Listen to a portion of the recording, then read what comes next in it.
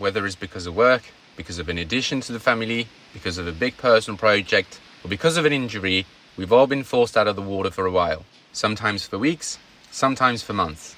And it is only natural to get worried about losing your hard-earned progress when you see the weeks go by. I just went through this, and I want to share with you how a 1-month break has really affected my progress.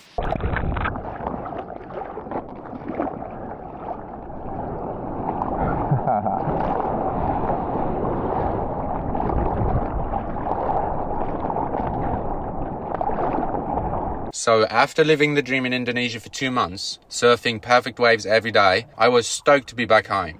And honestly, everything looked a little too good to be true. The forecast was amazing, with 1 or 2 weeks of absolute perfection, straight off shores, good swell, and very warm temperatures for this time of the year. I had made a ton of progress on the trip, and I was eager to see how that would translate on the waves at home. I kicked off the week with 1 session at a very slabby beach break and was very happy with how it went. I had a very similar session before leaving and only made 1 tube, whereas on this session, I made 5 or 6. So I was stoked and the week was only getting started.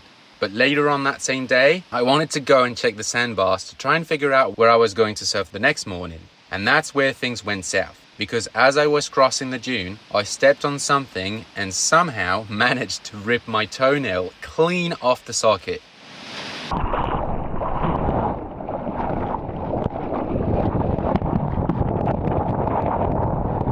I went to the ER, got my nail surgically removed, and was told I would have to stay out of the water for 3 to 4 weeks. This was my first time paddling out since the injury, exactly 25 days later. I was very nervous as to how this was going to feel and how my surfing was going to look like after almost a month out of the water with no training whatsoever. And right off the bat, I can tell you that it was not a good experience for me. This session felt horrible. I came back from the trip probably as fit as I ever was, but those 3 weeks were ample enough to make paddling out in a 5'4" excruciating. I felt out of place, out of balance, and most importantly, out of breath only maybe halfway out. I had never felt so gassed on the paddle out on own, but I wasn't too concerned with it because I know paddle fitness tends to come back quickly. I was a lot more worried about what would happen once I would be up on the board, to be honest. The conditions were clean and there were some good waves out there. It was a classic beach break wave with a very shifty peak and a few flat sections within the wave. There is often a lot of paddling involved with waves like this, so I already knew it was not going to be a fun one for me.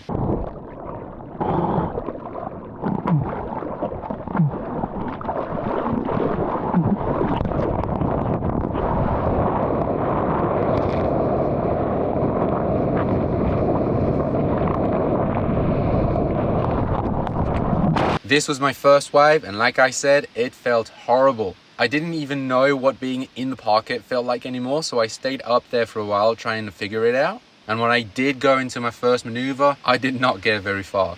The best way I could describe this first wave is that I felt out of sync with both my board and the wave.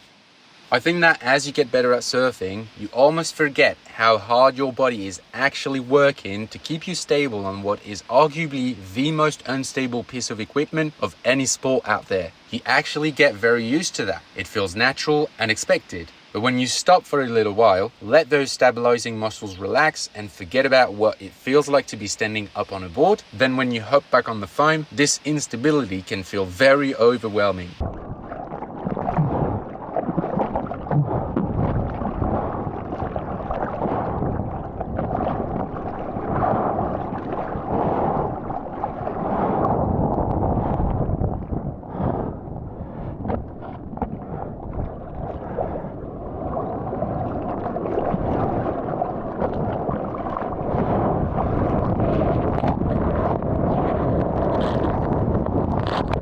Paddle fitness went down considerably. Before this break, I would miss maybe 2 or 3 waves in a session, but on that day, I've missed exactly 11 waves, which just goes to show how fast you can lose your fitness if you don't train it.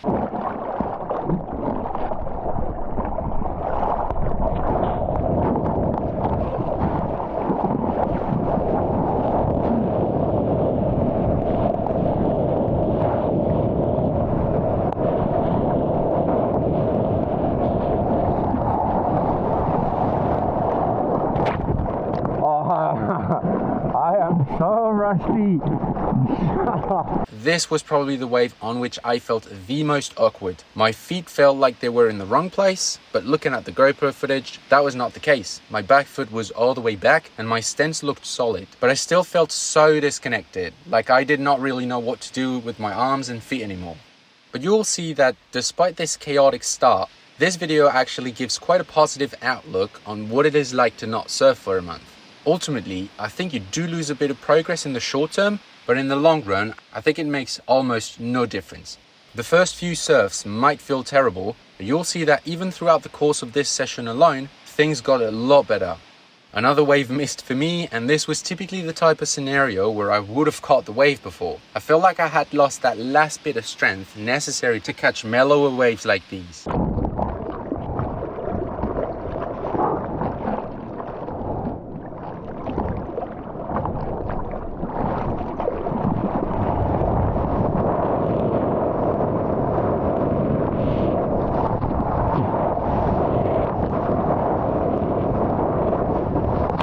There we go, third wave ridden, and that turn felt a lot better than the ones on the previous waves. I also felt a lot more stable on the board, but I still had a bit of a wave reading problem and couldn't get the right amount of rail pressure on the next turn.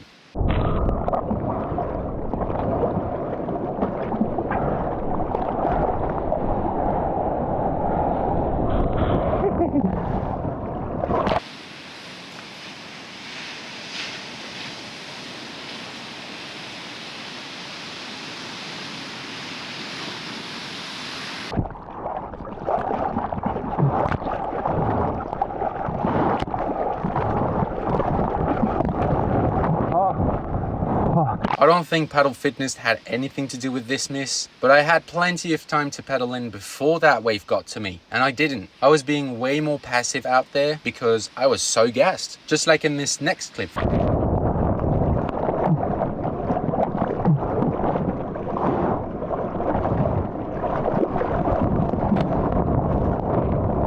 Hey, mate. God, it's gonna get frustrating at some point.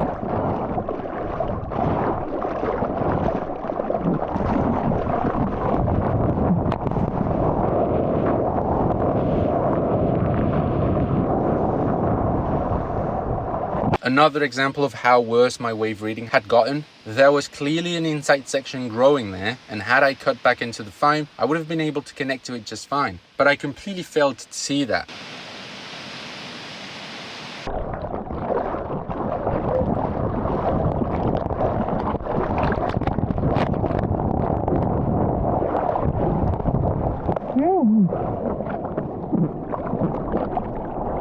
And another missed wave. Again, at this point, I was already very fatigued despite having only caught 4 waves.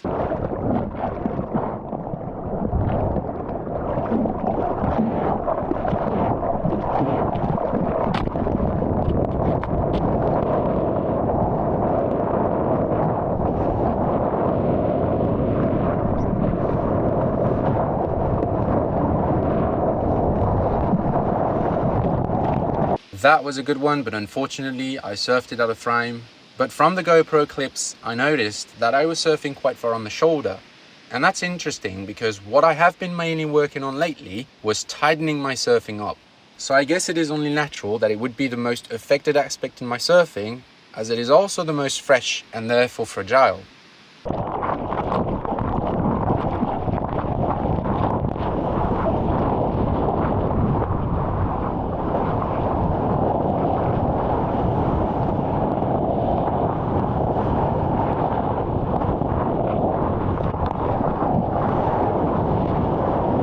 I noticed the same thing on this wave, this tendency to rush to the shoulder and then cut back to the pocket. It felt like I was always on the wrong part of the wave and at the wrong moment. But you will see that just like the feeling of instability I had on my first 2 waves, this issue also went away quite fast. And from the next wave on, things started to look a lot better.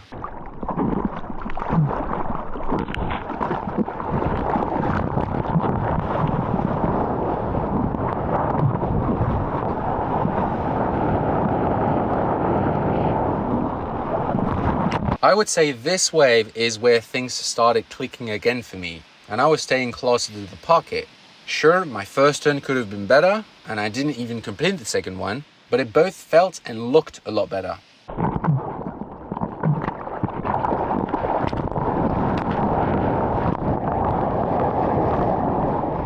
I got greedy on the paddle out here and I thought I could snag an inside section, but I got brought back to reality real quick.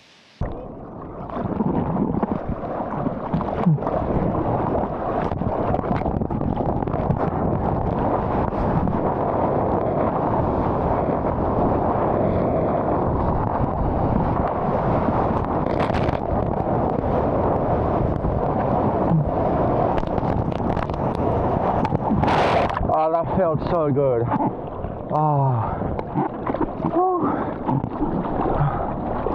And just like that, I had unlocked my full turning radius again. This cutback felt amazing and I was honestly shocked because I had never thought that I would have been able to crank a turn like that after a month out. So if you are also being kept out of the water against your will at the moment and are wondering whether your technique is vanishing, I think it is fair to say that it will come back rather quickly. It took me less than 10 waves to get back to my old ways, and although I think the relationship between your time out of the water and your regression follows an exponential pattern, I think these are still reassuring numbers for a month out.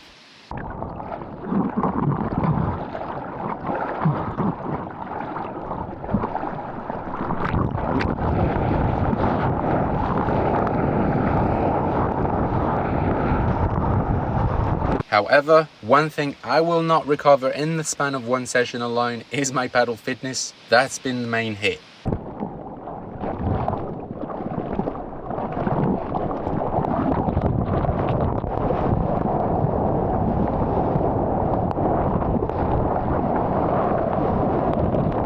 And I don't know about you, but I would rather take a big hit in my paddle fitness and not struggle too much with getting my technical skills back up to where they were before than have it the other way around.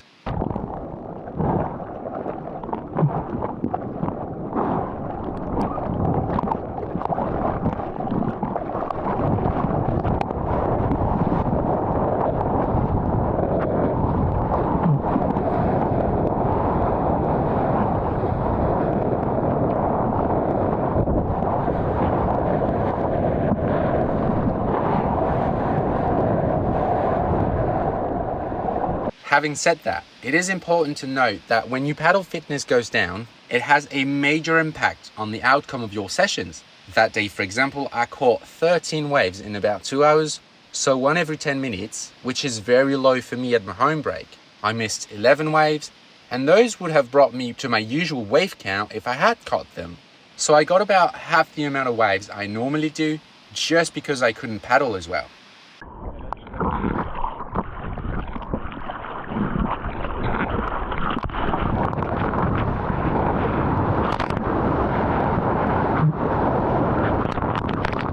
And it wasn't just that I couldn't read the waves that well, it was mostly the fact that I was already fatigued 10 minutes into the session and that it made me very lazy out there and unwilling to chase the peak around. And even when I did chase it and the wave would get to me, I was lacking that last push needed to get into them.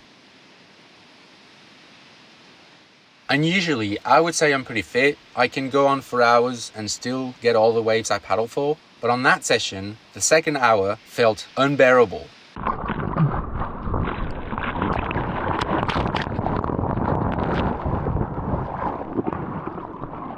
I could not get a wave to save my life, and I could not resign myself to paddle in without a good wave either. So I just spent the last 40 minutes paddling around, completely gassed, and trying to catch one last wave.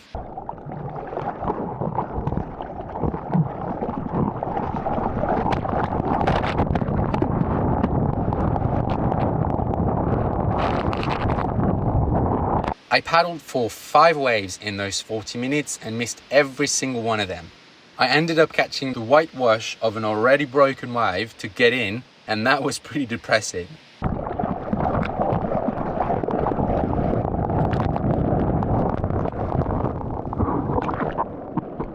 Ça commence un peu à me casser les couilles là.